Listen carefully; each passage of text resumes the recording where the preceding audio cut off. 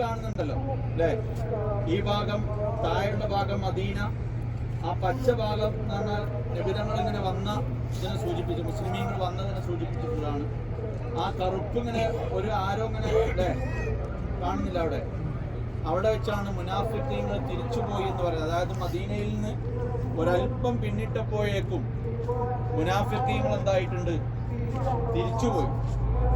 300ഓളം മുനാഫിഖീങ്ങൾ. പിന്നെ നബിതങ്ങൾ കൂടെ ബാക്കിയുണ്ടായിരുന്ന 700ഓളം സ്വഹാബത്താണ്. അതുപോലെ ശത്രുക്കൾ വന്ന ഭാഗത്തെ സൂചിപ്പിച്ചുകൊണ്ടാണ് ഈ ചുവപ്പ് നിറത്തിലുള്ള ഈ ആരോ, അഥവാ ശത്രുക്കൾ 3000 ശത്രുക്കൾ വന്ന അതിനെ സൂചിപ്പിച്ചതാണ്. അതോടൊപ്പം 2 ആരോ തിരിച്ചങ്ങോട്ടും, അഥവാ പിന്നെ ആ 2 ആരോകൾ നോക്കിയാൽ നമുക്ക് മനസ്സിലാവും. ഒന്നിൽ ഇക്രിമ റളിയല്ലാഹുവിന്റെ പേര് എഴുതിയിട്ടുണ്ട്. അടിയിലെ ആരോയിൽ ഖാലിദ് ഇബ്നുൽ വലീദ് റളിയല്ലാഹുവിന്റെ പേര് എഴുതിയിട്ടുണ്ട്. 2 ഭാഗമായിട്ടുള്ള സൈന്യമായിരുന്നു ഉണ്ടായത്. അവർ കുറച്ച് ബാക്കോട്ട് പോയ, അതായത് പിന്തിരിഞ്ഞ് വീണ്ടും തിരിച്ചു വന്നതിനെ സൂചിപ്പിക്കുന്ന ആരോ ആണ് ആ കൊടുത്തിട്ടുള്ളത്. ഏതായിരുന്നാലും ഉഹദ് യുദ്ധം നടന്ന ഒരു സ്ഥലമാണ്. ആ സ്ഥലത്താണ് ഇപ്പോൾ നമ്മളുള്ളത്, ഇതിൻ്റെ ഭാഗത്ത്. ഏതായിരുന്നു ആ ഗുഹ നമ്മൾ നേരെ ഓപ്പോസിറ്റ് നമ്മൾ കാണുന്ന ഭാഗത്താണ്. നിലവിൽ ഓപ്പണാണ്. വേറൊരു ഗുഹ കുറച്ച് മുകളിലാണ്. അവിടെ ഇന്നും കസ്തൂരിയുടെ സുഗന്ധത്തിലാണ്. അവിടെ പോയി മനുഷ്ഠിക്കാൻ കാര്യമാണ്. നിലവിൽ അത് കോൺക്രീറ്റ് ചെയ്ത് അടച്ചിട്ടുണ്ട്. പിന്നെ നമുക്ക് അവിടെ കാണാൻ പറ്റുന്ന ഒന്ന് മസ്ജിദുൽ ഫസ്ഹ. ശേഷം പോയിട്ട് ഇരുന്ന് നിസ്കരിച്ച സ്ഥലത്താണ് മസ്ജിദുൽ ഫസ്ഹ് നിലവിലുള്ളത്. അതുപോലെ തന്നെ ഈ ഒരു ഭാഗത്താണ് യാത്ര ചെയ്യുമ്പോൾ വഴിയിൽ വെച്ചാണ് ഹാറൂൻ നബി അലൈഹിസ്സലാം വഫാത്തായിട്ടുള്ളത്. ഇവിടെയാണെന്നുള്ളത് ചെറിയൊരു അഭിപ്രായം മാത്രമാണ്. ഏതായിരുന്നാലും നമ്മൾ ഈ കാണുന്നതാണ് ഉഹദ് മല. നമ്മൾ നേരെ കാണുന്നത് ഈ പള്ളിയുടെ ഭാഗത്താണ് ഉഹദ് യുദ്ധം.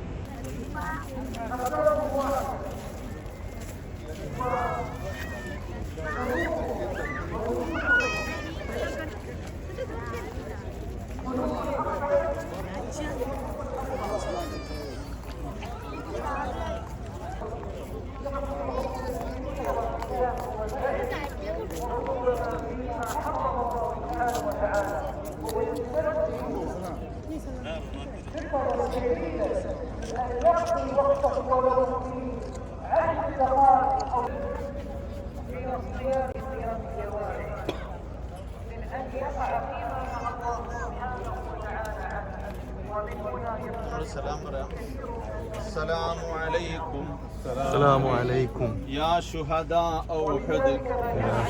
أحد. السلام عليكم. السلام عليكم يا نقباء. السلام عليكم. السلام عليكم يا سيد الشهداء. حمزة الكرار. السلام عليكم. السلام عليكم يا مصعب بن عمير. السلام عليكم. السلام عليكم يا عبد الله بن جحش. السلام عليكم. السلام عليكم يا أصحاب رسول الله. أصحاب رسول الله. 70 ശുഹദാക്കളും മറവ് ചെയ്യപ്പെട്ട് കിടക്കുന്ന ഏരിയയാണത്. ആ ലാസ്റ്റിൽ ചെറിയൊരു കെട്ട് കാണാം, ഒരൊറ്റ കല്ലിന്റെ ഉയരത്തിൽ. കണ്ണുണ്ടോ?